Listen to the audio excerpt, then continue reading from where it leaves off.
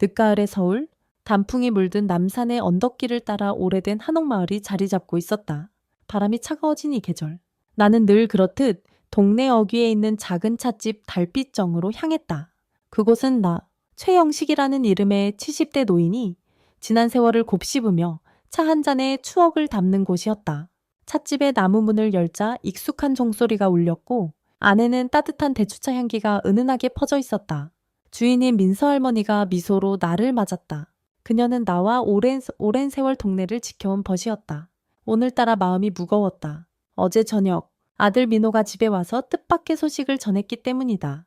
민호는 동네에서 가장 품격 있는 집안으로 꼽히는 박상훈 씨의 딸, 지연과 결혼하겠다고 했다. 지연은 어릴 적부터 총명하고 기품이 있어 동네 사람들 모두가 아끼는 아이였다. 하지만 그 소식에 내 가슴이 철렁 내려앉은 이유는 지연의 어머니 은주 때문이었다. 은주는 내가 젊은 시절 가슴 깊이 사랑했던 여인이었다. 은주는 40년 전 이 동네에서 가장 아름다운 여인이었다. 그녀의 눈웃음은 마치 봄날의 벚꽃처럼 사람을 설레게 했고 말 한마디에도 따뜻한 온기가 묻어났다. 나는 당시 작은 서점을 운영하며 그녀와 자주 마주쳤다. 은주는 책을 좋아해 내 서점에 자주 들렀고 우리는 문학과 삶에 대해 이야기를 나누며 가까워졌다. 나는 그녀에게 마음을 고백했지만 그녀는 부드럽게 거절했다. 영식 씨, 우리 우정은 소중하지만 내 마음은 다른 곳에 있어요. 그 말은 내 젊은 가슴에 깊은 상처를 남겼다. 그녀가 거절한 뒤 나는 한동안 방황했다. 결국 은주는 상훈과 결혼했고 나는 홀로 남아 서점을 지켰다. 세월이 흘러 나는 아내를 만나 가정을 꾸렸고 민호를 낳았다. 하지만 은주에 대한 기억은 늘 마음 한구석에 남아 있었다. 이제 내 아들이 그녀의 딸과 결혼한다니 운명이 이렇게 얽힐 줄은 몰랐다.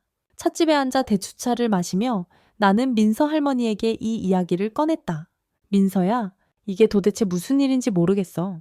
민호가 지연이를 좋아한다는데 내 마음은 자꾸만 옛날로 돌아가. 민서 할머니는 잔잔한 미소를 지으며 말했다. 영식 씨, 세월이 흘렀어도 마음은 쉽게 잊지 못하는 법이야. 하지만 이건 민호와 지연이의 인연이지. 자네와 은주의 이야기. 그 말에 나는 고개를 끄덕였지만 마음은 여전히 복잡했다.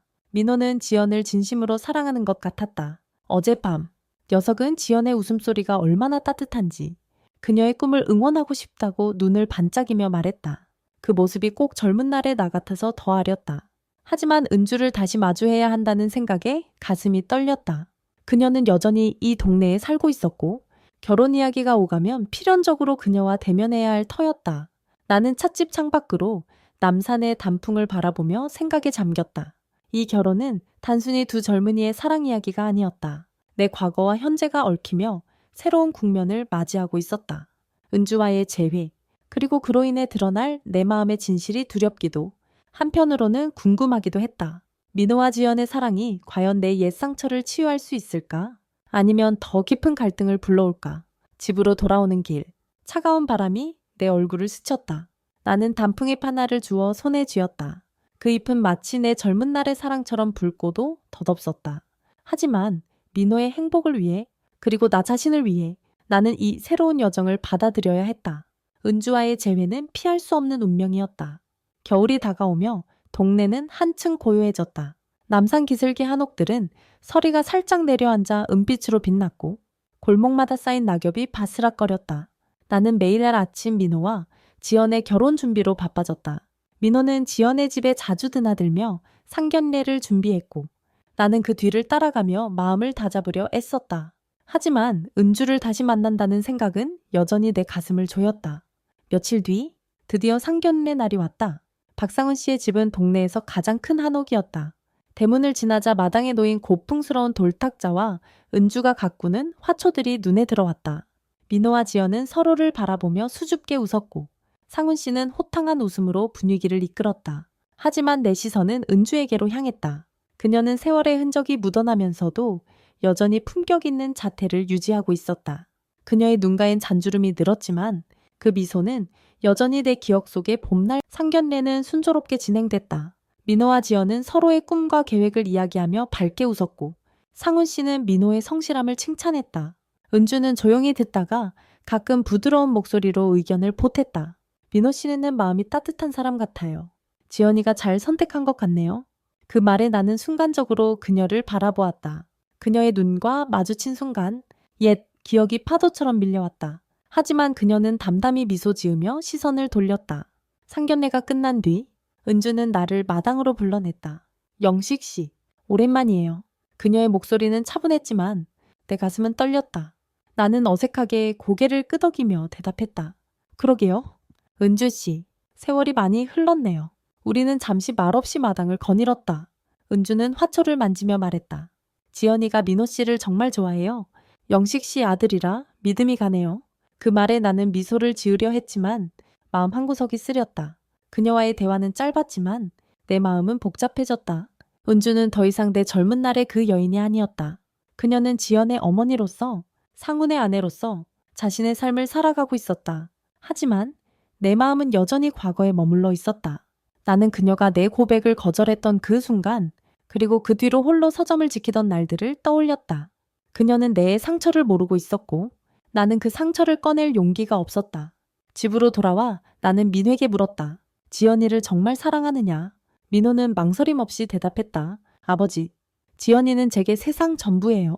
그 눈빛은 순수했고 나는 더 이상 내 과거를 그의 사랑에 얽매게 할 수 없었다. 하지만 은주와의 재회는 내 마음에 새로운 물결을 일으켰다. 나는 그녀를 잊었다고 생각했지만 그녀의 미소 하나에 내 마음이 흔들리는 걸 보니 아직도 그녀가 내 안에 남아 있었다. 그날 밤 나는 오래된 일기장을 꺼냈다. 그 안에는 은주와 함께했던 순간들이 적혀 있었다.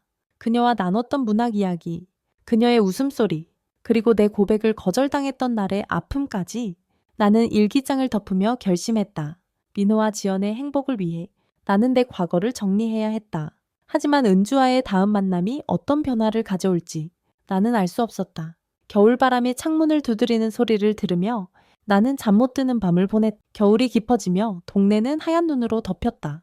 남산의 한옥마을은 마치 옛 그림처럼 고즈넉했고 골목마다 아이들의 웃음소리와 따뜻한 불빛이 어우러졌다. 민호와 지연의 결혼식 날이 다가왔다. 나는 며칠 전부터 잠을 이루지 못했다. 은주와의 재회 이후 내 마음은 과거와 현재 사이를 오가며 갈피를 잡지 못했다. 하지만 민호의 행복한 얼굴을 볼 때마다 나는 내 옛 상처를 내려놔야 함을 깨달았다. 결혼식은 동네의 오래된 한옥회관에서 치러졌다. 마당에는 붉은 단풍잎과 하얀 눈이 조화를 이루었고 손님들의 웃음소리가 따뜻하게 울려 퍼졌다. 지연은 한복을 곱게 차려입고 민호의 손을 잡았고 두 사람은 서로를 바라보는 눈빛만으로도 깊은 사랑을 전했다. 나는 그 모습을 보며 가슴이 뭉클해졌다. 민호는 더 이상 내 어린아들이 아니었다. 그는 자신의 길을 걷는 한 사람의 남자였고 지연은 그의 곁에서 빛나는 동반자였다. 식장이 정리되고 손님들이 하나둘 떠난 뒤 나는 홀로 마당에 남았다. 눈송이가 조용히 내 어깨에 내려앉았다. 그때 은주가 다가왔다. 그녀는 두꺼운 외투를 걸치고 있었지만 여전히 그 눈빛은 따뜻했다. 영식 씨, 오늘 정말 멋진 날이었죠. 그녀의 목소리는 부드러웠다. 나는 고개를 끄덕이며 말했다. 그래요. 은주 씨, 우리 아이들이 행복해 보여서 마음이 놓이네요. 우리는 잠시 말없이 눈 내리는 마당을 바라보았다. 나는 용기를 내어 입을 뗐다. 은주 씨, 사실 오래전 내가 했던 고백, 아직도 가끔 떠올라요. 내 목소리는 떨렸지만 그녀를 향한 진심이었다. 은주는 놀란 듯 나를 바라보다가 잔잔한 미소를 지었다. 영식 씨, 그때 우리는 젊고 서툴렀죠. 나도 그 시간을 잊지 않았어요. 하지만 지금은 이렇게 서로의 아이들이 새로운 시작을 하고 있잖아요. 그녀의 말에 나는 고개를 끄덕였다. 은주는 내 상처를 알지 못했지만 그녀의 담담한 미소는 내 마음을 어루만졌다. 은주 씨, 민호와 지연이 행복하길 바랍니다. 그리고 우리도 이제는 각자의 평화를 찾았으면 좋겠어요. 나는 처음으로 진심으로 그녀를 놓아주고 싶었다. 은주는 미소로 답하며 말했다. 영식 씨, 우리 모두 잘 살아왔어요. 앞으로도 그녀가 떠난 뒤 나는 마당에 홀로 서서 눈을 맞았다. 과거의 아픔은 여전히 내 안에 있었지만 이제는 그것이 나를 짓누르지 않았다. 민호와 지연의 웃음소리가 멀리서 들려왔다. 나는 그 소리를 따라 회관 안으로 들어갔다. 민호가 나를 보며 말했다. 아버지, 지연이와 저 꼭 행복할게요. 나는 그의 어깨를 두드리며 말했다. 그래, 민호야. 너희가 행복하면 그걸로 충분하다. 집으로 돌아오는 길, 눈길이 반짝였다. 나는 오래된 일기장을 꺼내 마지막 페이지를 채웠다. 은주와의 시간은 내 젊음의 한 조각이었다. 하지만 이제는 민호와 지연의 시간이 시작되었다. 나도 이 새로운 시작을 축복한다. 일기장을 덮으며 나는 미소 지었다. 겨울바람이 차가웠지만 내 마음은 따뜻했다. 은주와의 과거는 이제 추억으로 남았고 나는 그것을 가슴에 품은 채 앞으로 나아갈 준비가 되었다. 민호와 지연의 사랑은 내 상처를 치유하지는 않았지만 그것을 받아들일 힘을 주었다. 눈 내리는 남산 아래 나는 새로운 평화를